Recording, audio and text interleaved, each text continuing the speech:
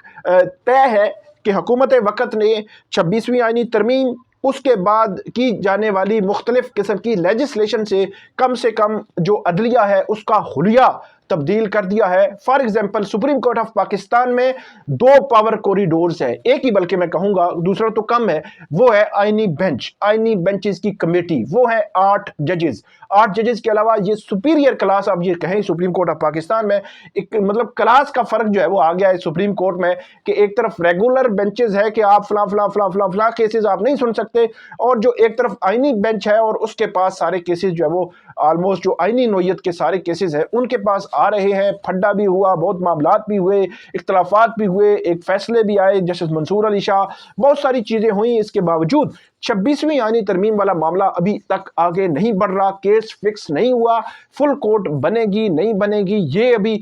طے ہونا جو ہے وہ اس میں باقی ہے. تو یہ اور اس میں ایک تو سپریم کورٹ, پھر آئینی بینچز جو بنانے ہیں, بینچز بنانے میں حکومت کا کردار, مطلب حکومت کا کردار جب میں کہتا ہوں تو اس کا مطلب یہ ہوتا ہے کہ جوڈیشل کمیشن آف پاکستان میں آپ کی میجورٹی ہے, مطلب حکومت وقت کی ایگزیکٹو کی میجورٹی ہے. 21 اکتوبر کو یہ 26ویں آئینی ترمیم منظور ہوئی تھی, تب سے لے کر اب تک جوڈیشل کمیشن آف پاکستان میں جتنے بھی فیصلے ہوئے, مطلب آپ نے آئینی بینچ بنایا سپریم کورٹ میں, یا بنایا سندھ ہائی کورٹ میں, یا آپ نے لاہور سے لے کر سندھ, کراچی, سندھ, اس کے علاوہ پشاور, بلوچستان, اسلام آباد ہائی کورٹ ججز لگائے, وہ حکومت کی میجورٹی تھی. تو حکومت کی میجورٹی میں حکومت کی مرضی, منشا, خواہش کے مطابق جو ہے وہ ججز لگے, کیونکہ ان کی میجورٹی ہے, ووٹ کرتے ہیں. اس کے علاوہ حکومت جو ہے وہ چیف جسٹس کے حوالے سے بھی حکومت کی میجورٹی ہے, اور ابھی ہم نے ریسنٹلی دیکھا اسلام آباد ہائی کورٹ میں 3 ججز ٹرانسفر ہو کے آئے, اس کے بعد اب جسٹس سرفراز ڈوگر جو ہے اسلام آباد ہائی کورٹ کے قائم مقام چیف جسٹس بن چکے ہیں. تو یہ سینیریو ہے, پورا ایک بیک گراؤنڈ ہے اس میں, کہ 26ویں آئینی ترمیم نے عدلیہ کا جو شکل و صورت ہے, جو حلیہ ہے, وہ بدل کے رکھ دیا ہے. لیکن ابھی تک جو ہے وہ یہ طے نہیں ہوا کہ 26ویں آئینی ترمیم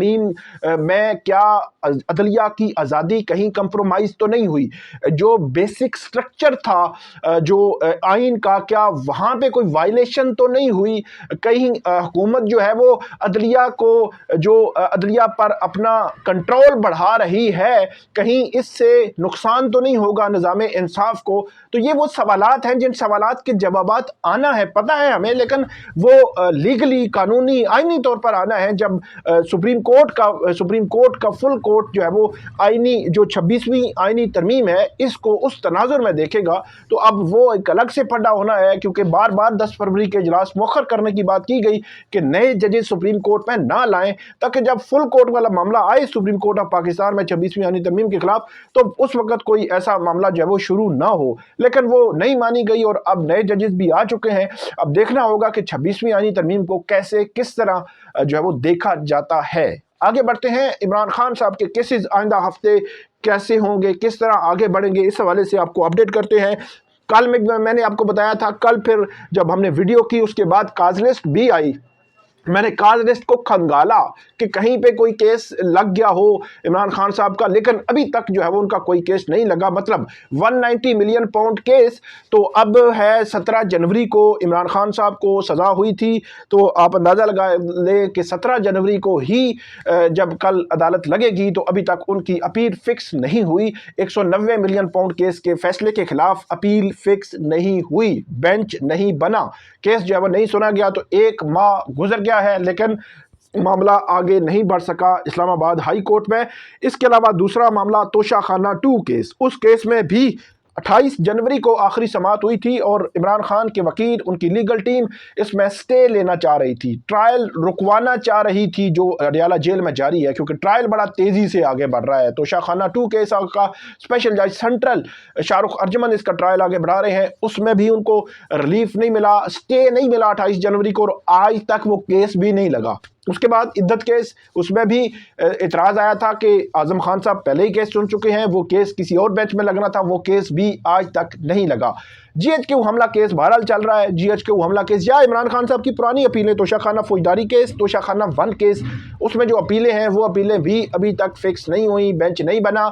اس کے علاوہ ایک جو معاملہ چل رہا ہے جی ایچ کیو حملہ کیس اور توشہ خانہ 2 کیس. جی ایچ کیو حملہ کیس اب کی بار اس میں تاریخ تقریباً 10 دن کی پڑی ہے, وہ پہلے 2-3 دن کی تاریخیں پڑ رہی تھیں, اور اب کی بار 10 دن کی تاریخ پڑی ہے. اسی طرح جی ایچ کیو حملہ جو توشہ خانہ 2 کیس ہے وہ نیکسٹ ویک میں اس میں سماعت ہوگی, اور اس میں پھر گواہوں گواہوں کے بیانات ہونے کے بعد جرا ہو رہی ہے، بڑا تیزی سے ٹرائل آگے بڑھ رہا ہے توشہ خانہ 2 کیس میں، اور مجھے تو اب ایسے لگ رہا ہے کہ اسلام آباد ہائی کورٹ سے شاید 190 ملین پاؤنڈ کیس میں انیشل جو عمران خان صاحب ریلیف لینا چاہتے ہیں وہ ریلیف ابھی تک انہوں نے مانگا ہی نہیں۔ ریلیف جب مانگیں گے، جب تک کہ وہ ریلیف ملنے کے امکانات ہوں گے، تب تک توشہ خانہ 2 کیس بھی جو ہے وہ اس کا فیصلہ آنے کو تیار ہو جائے گا، بظاہر جو ہے وہ ایسا لگ رہا ہے۔ تو یہ تھی آج کی اپڈیٹ، امید ہے آپ کو پسند آئیں گی، اس پہ ہمیں فیڈ بیک دیجیے گا، کامنٹ کیجیے گا، بہت شکریہ۔